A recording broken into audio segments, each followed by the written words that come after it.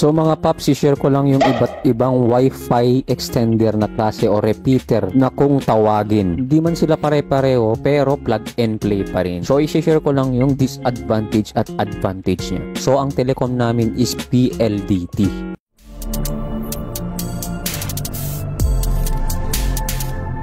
So medyo high-tech na ang ating teknolohiya. Hindi na katulad noon nagagamit tayo ng LAN cable, bibili ka pa per meter niya at repeater na TP-Link para ikalkalkal sa ating mga kwarto o kaya sa ibang pwesto like tindahan para mag-provide ng internet. So obviously ilalagay natin sa gitna ng bahay para makukuha yung range niya, no? By the way, nandun yung kwarto ko. Wait lang at focus ko siya. Range sa kwarto ko is mga siguro papunta lang sa 50 meters hanggang sa router.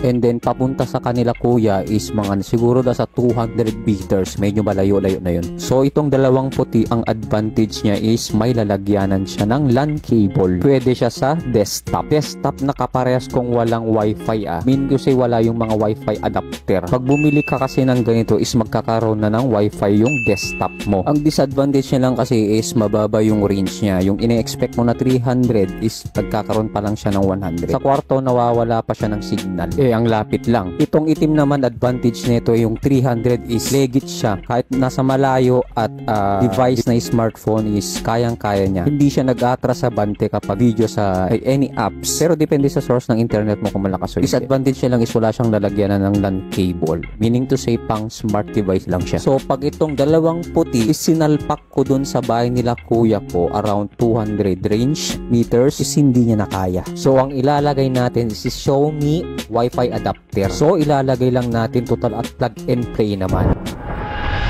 Connected na, ganun lang kasimple. Status sa signal niya is okay naman daw. Naglagay ka lang ng LAN cable at repeater sa kanila. So ang next, itong puti naman ilalagay natin sa kwarto ko kasi mahina ang sagap niya pero advantage niya pa rin is may LAN cable siya, di ba? And also itong source namin na modem na siyang router is ililipat ko kasi hindi niya talaga kaya. Nagiging 1 bar siya kapag dun sa dating pwesto niya, kaya ilalagay ko sa bintana. So kapag sa kwarto walang problema yung laptop kasi may wifi naman niya. Ang tangi mo lang gagawin is kunin si LAN cable, isalpak sa wifi repeater at isasaksak sa outlet para mapagana. Ganun lang kadali. And then ang tanging gagawin mo lang is hihintayin mo lang na magkakaroon ng internet access. So yun lang ang share ko. Sana pa-follow at pa-subscribe na rin sa YouTube.